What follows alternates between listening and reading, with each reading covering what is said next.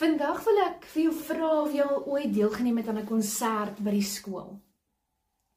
Mens oefen so hard en jy oefen en oefen en jy het nie 'n idee as jy die eerste keer op daai verhoog gaan staan hoeveel oë op jou gaan wees nie.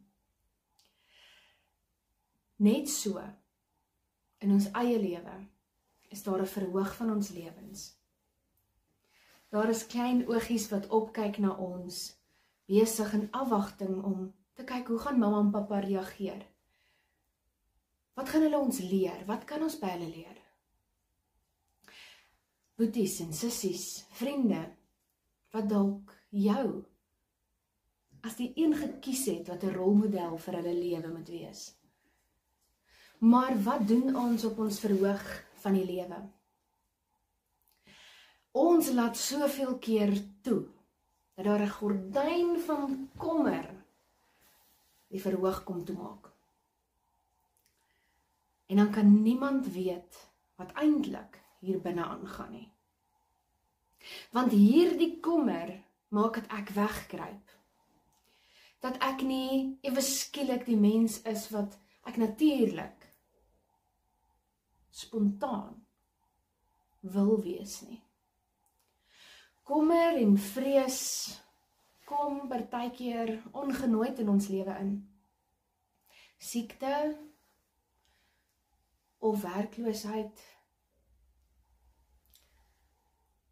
Die lys kan aangaan van wat maak dat ek en jy kommer beleef. Maar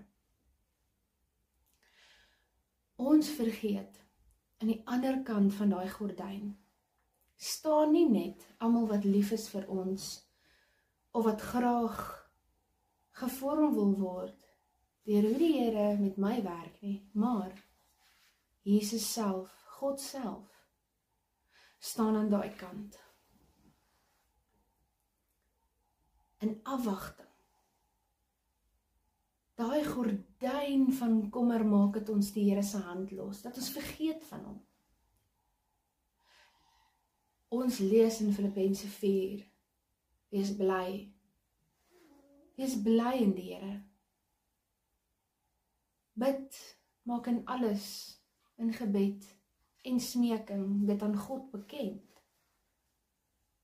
En dan sal julle die vrede wat alle verstand te bowe gaan vind. Die Here is die een wat blydskap bring in my en jou lewe, om hom net te ken. Sy Gees is in ons hoef nie te gaan soek, waar is God nie. Wanneer daai kommer en vrees gordyn wil toemaak, moet ons net ons oë toemaak en bid tot God.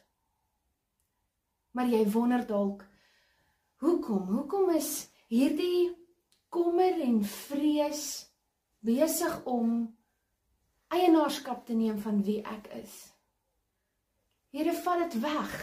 Ek wil nie hierdie gordyn hier hê nie. Ek wil voluit lewe. Ek wil bly wees in U. Hoekom laat U dit toe? Al hierdie seer, hierdie vrees. Die antwoord is, my kind, dat jy kan groei, dat my en jou verhouding kan sterk word. Die Here, Jesus, is agter die gordyn van jou sorge. Gereed om daai gordyn oop te maak, sodra jy is. As jy vandag vir 'n oomblik moet gaan sit agter die gordyn op daai verhoog van jou lewe, waar daar soveel mense is wat vir jou wil hande klap vir wat jy bereik, vir wat jy doen, van hoe jy mense se harte raak.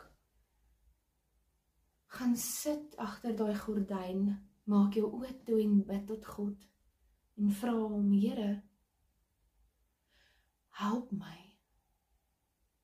om bly te wees, dankbaar te wees, selfs wanneer daar kommer en vrees is, dat ek in danksegging oor U lofliedere sal sing.